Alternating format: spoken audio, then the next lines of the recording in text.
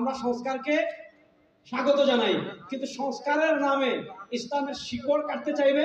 অতীতে কেউ পারেনি, আপনারাও পারবেন না।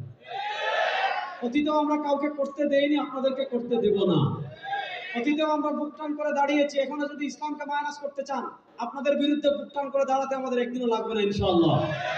এখানে তারা মোটা দাগে যে কয়েকটা কাজ করেছে, এর ভিতর এক নাম্বার যে কাজ তাদের নারী বিষয়ক সংস্কার কমিশন এক নাম্বার যে কাজ করেছে সেটা হলো তারা নারীর উন্নয়নের পথে সবচেয়ে বড় প্রতিবন্ধকতা মনে করেছে ধর্মকে, এবং ধর্মকে সবচেয়ে বড় প্রতিবন্ধকতা মনে করার কারণেই যত নারীর প্রতি যত ধরনের সংস্কার থাকতে পারে, নারীর যত ধরনের সংস্কারের কথা তারা বলবে, সব জায়গায় তারা এক নাম্বার এই ক্ষেত্রে নারী বৈষম্যের শিকার কেন, এক্ষেত্রে নারী বৈষম্যের শিকার কেন, এক্ষেত্রে নারী বৈষম্যের শিকার কেন, সব জায়গায় তারা এক নাম্বার যে কারণ লিখেছে যে সব ক্ষেত্রে নারী এক নাম্বার বৈষম্যের কারণ হলো ধর্ম।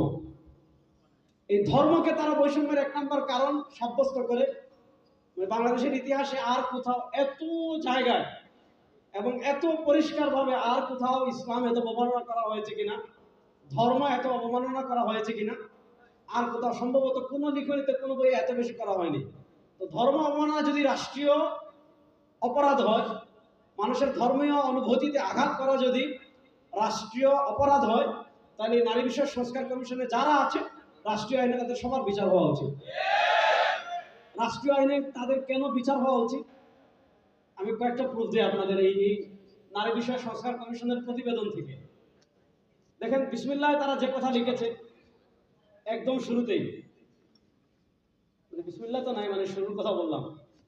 দেখেন ভূমিকা থেকে আমি একটু পড়ে শোনাই, তাহলে আপনারা বুঝতে পারবেন যে আসলে তারা কি করেছে। লিখেছে, বাংলাদেশের সংবিধানের জনপরিসরে নারী ও পুরুষের সমতা নিশ্চিত করা হয়েছে, তবে ধর্মভিত্তিক পারিবারিক আইনে নারীর প্রতি বৈষম্য বিদ্যমান।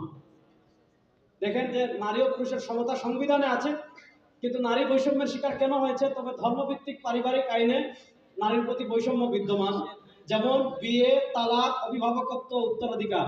তাছাড়া অন্যান্য আইনেও নারীর প্রতি বৈষম্যমূলক বিধান রয়েছে।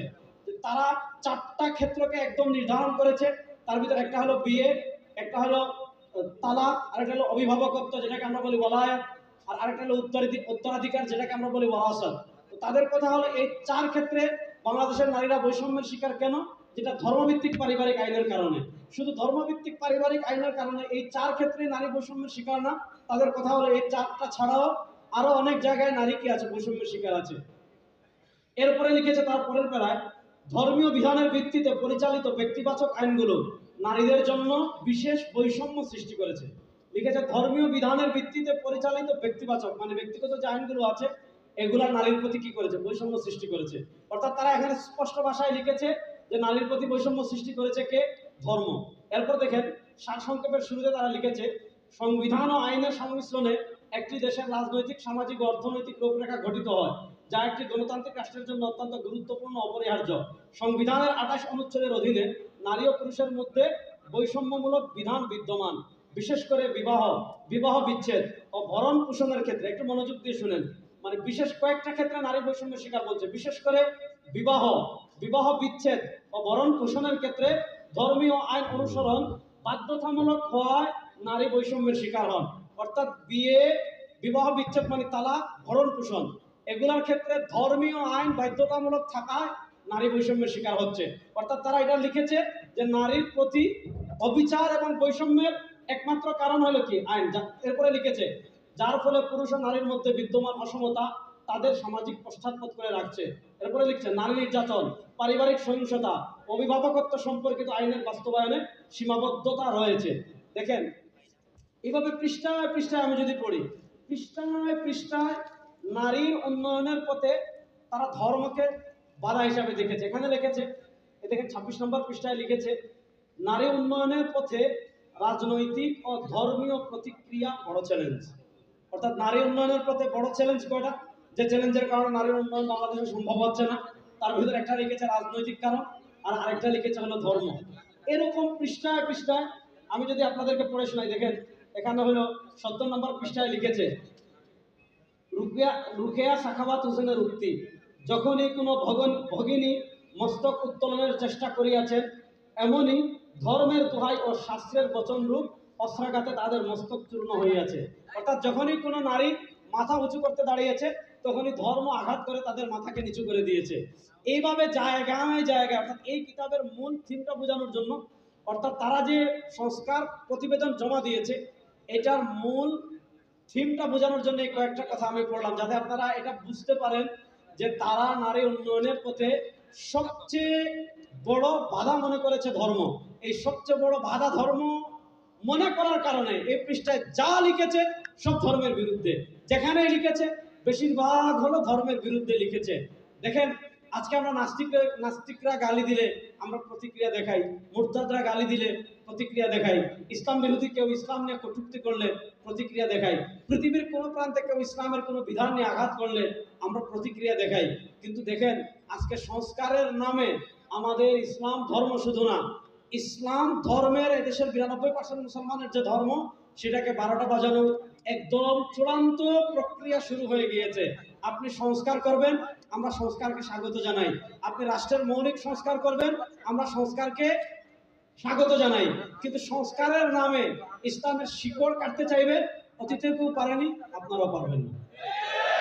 অতীতেও আমরা কাউকে করতে দেইনি, আপনাদেরকে করতে দেব না। অতীতেও আমরা বুকটান করে দাঁড়িয়েছি, এখনো যদি ইসলামকে মাইনাস করতে চান, আপনাদের বিরুদ্ধে বুকটান করে দাঁড়াতে আমাদের একদিনও লাগবে না ইনশাআল্লাহ।